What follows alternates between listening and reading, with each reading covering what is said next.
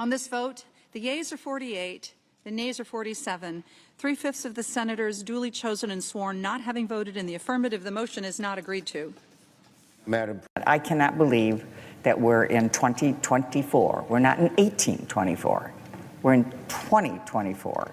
And we have to stand on the floor in the United States Senate and say that we need to protect a woman's right to choose IVF as the process to start or grow her family, or that we have to protect her ability to make decisions on birth control or on abortion services or any other reproductive issue. Any other reproductive issue. This is not for people here to decide what every single woman, every person involved in this should decide. It's not for politicians, it's not for judges. This is an individual freedom in America and needs to be protected. That's why we must pass the Right to IVF Act, and it needs to be done today. Here's the beauty of this place. We talk and talk and talk and talk and talk, and then we vote. And there is one opportunity and one opportunity only to enshrine the right to IVF in federal statutory law. I don't care what you tweeted. I don't care what you said on cable news.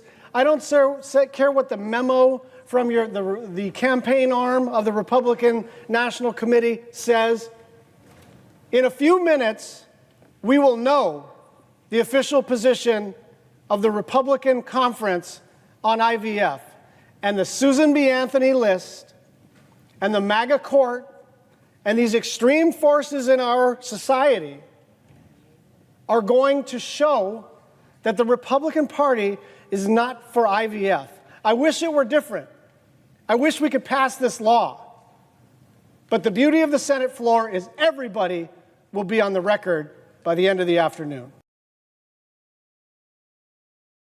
that's exactly what they did. Protecting IVF was not in any sense a show vote. It was a show us who you are vote. And today, Senate Republicans showed us just who they were. They are against supporting and protecting IVF. The contrast is glaring. Here in the Senate, Democrats are talking about protecting women's rights. But a couple of blocks away, Trump and Republicans are talking about protecting tax cuts for the very wealthy. It's so shameful that things have sunk this low. Just a few years ago, it would have been unthinkable, unimaginable even, that access to a safe and widely used reproductive service like IVF would be put at risk. And yet look where America is today. Look what the Alabama Supreme Court did a few months ago. Look at some of the views of some of the MAGA right people on the courts. And it is justified to worry about the future of IVF. And today's vote makes it even more worrisome. And even the bill, Senator Cruz, feeling the heat of being up for re-election, tried to come up with sort of a sham bill. But even that was opposed by some of these extreme groups that have real say over the Republican Party. Now that the hard right has finished eliminating Roe, they're setting their sights on IVF. Look what happened yesterday in Indianapolis. Look at the statements that have come out from major conservative organizations like the Heritage Foundation, the Susan B. Anthony Pro-Life America, and some of our major religious organizations say now that they should oppose IVF. So this worry is real, and this vote was necessary so that we could show America where everyone was, and hopefully the people who voted against it will feel that pressure. But make no mistake about it, the anti-abortion movement is laying the groundwork to go after IVF next. By blocking the Right to IVF Act, Senate Republicans have fallen in line with MAGA extremists who have made it clear IVF is their next target. It's appalling, it's un-American, it's deeply hurtful for anyone out there who wants to become a parent but has struggled with infertility. We should be working to help those families, but Senate Republicans just left them out in the cold in favor of extremists. What a mean-spirited message to send to the American people. And I have to say, this is personal to me. I have a beautiful one-year-old grandson because of IVF, the miracle of IVF. So I know what it means when families need IVF and struggle to make sure that it works, and then see the beauty of the new child in their family. By blocking the IVF Act, Senate Republicans have fallen in line, as I said, with the MAGA extremists. Republicans cannot say they're pro-family and then vote against protecting access to IVF. Senator Cruz and Britt even organized a statement yesterday signed by all Republican senators saying that they of course support IVF, but they weren't going to vote on a bill that protects it. It's easy as could be to see through that one. Easy to see through that one. They're feeling the heat, they're worried, but they're afraid to buck the MAGA right and truly protect IVF. We were sent here to vote on legislation and pass laws, not just issue statements that aren't worth the paper that they are printed on. It shows you how Republicans are twisting themselves in knots, trying to run away from their bad record on reproductive freedom, but at the same time, they've been taken hostage by the MAGA right. So today's a sad, sad day. But we're going to keep fighting. We're going to fight to preserve this vital right. Senator Murray. Oh, Senator Duckworth is here. I snuck in on you. Go ahead, Senator Duckworth. I'm sorry, you didn't see you. No. It's okay. I'm in the middle of NDAA markup, sir. I snuck in on you. Well, hi everyone. Look, I don't have it in me to beat around the bush today. I am angry, really, really angry. For months now, Republicans have been running to cable news shows, telling every camera in sight that, just like their ringmaster Donald Trump, no one cares more about women than they do, that no one cares more about defending our rights than they do, and that all they want in this scary post-Alabama ruling reality is to defend Americans' access to IVF. Well, that's bullshit. Just minutes ago, the GOP refused to help me pass my Right to IVF Act, which would have enshrined into law the simple standard that no hopeful parent or doctor can be criminalized for IVF. If Republicans actually cared as much about protecting IVF as they do about protecting Donald Trump's poll numbers, this would have been a simple yes vote.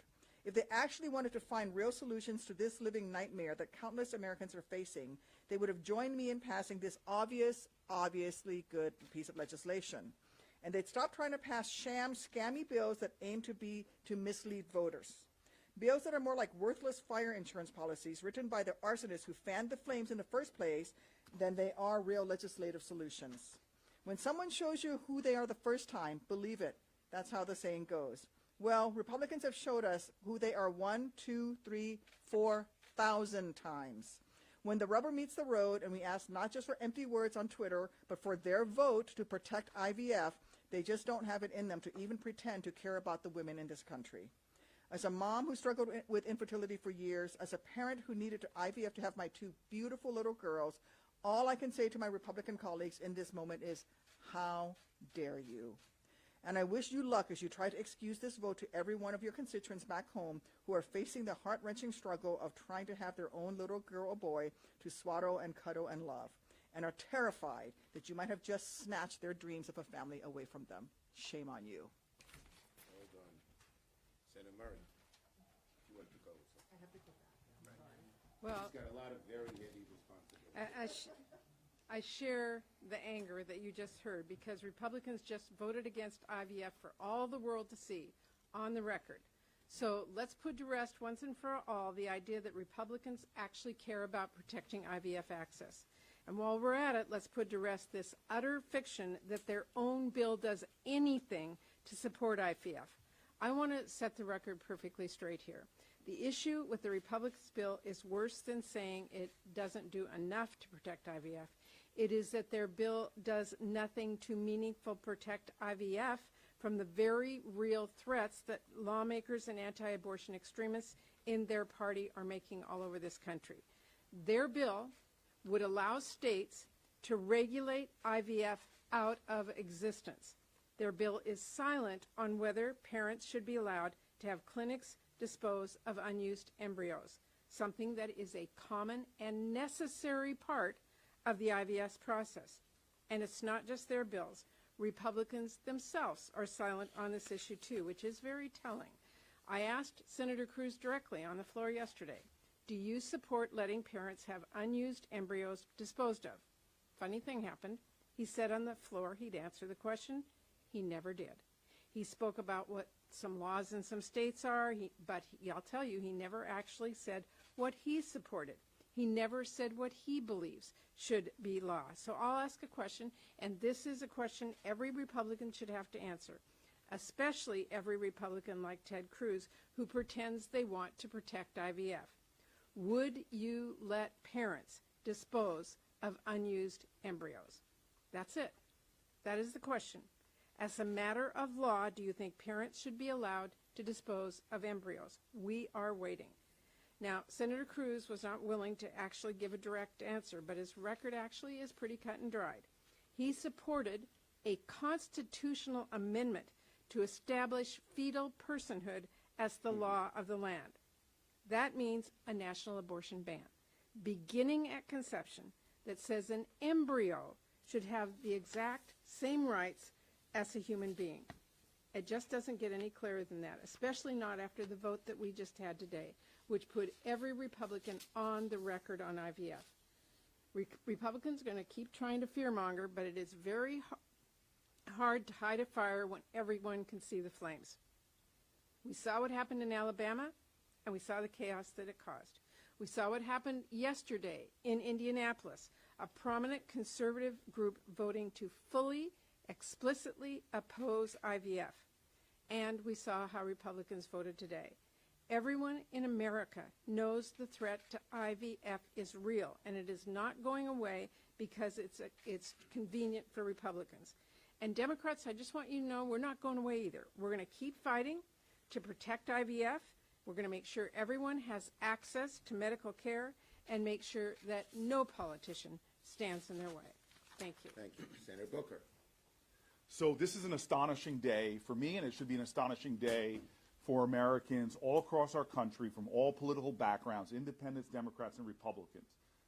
IVF treatment is wildly supported by America, and yet by a very small, narrow band of radical right-wing judges, legislators, and others who want to impress their values and views upon the rest of America, who want to ban this practice, who want to prevent thousands, hundreds of thousands of families from having the joy of the miracle of birth.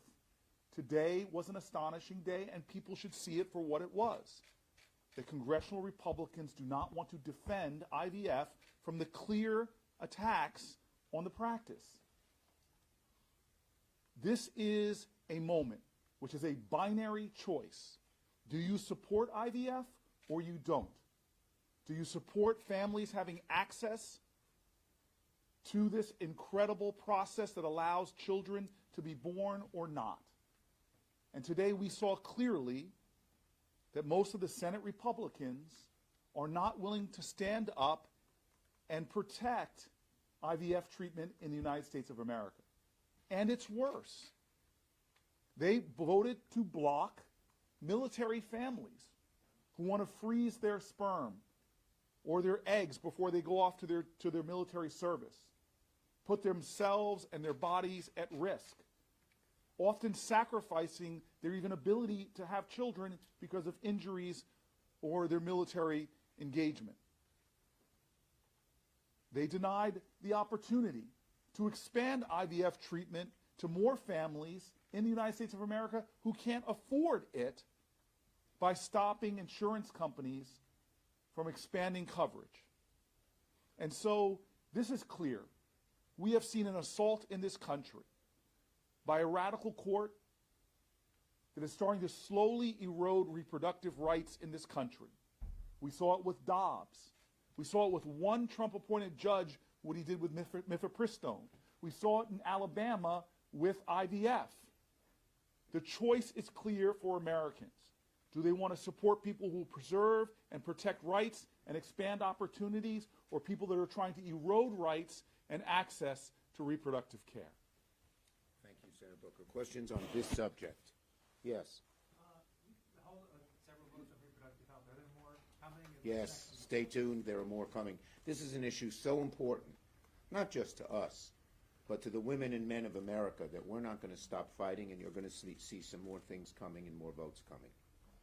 Yes. Republicans are saying that they're not cooperating on these because you're not reaching across the aisle. You're not looking for something that they're willing to support. I mean, are there any plans to kind of go through markup, bring a legislation to committee that Republicans could get on board with? Very simple answer. We gave them a vote on the motion to proceed. If they would have voted yes, they could have made amendments.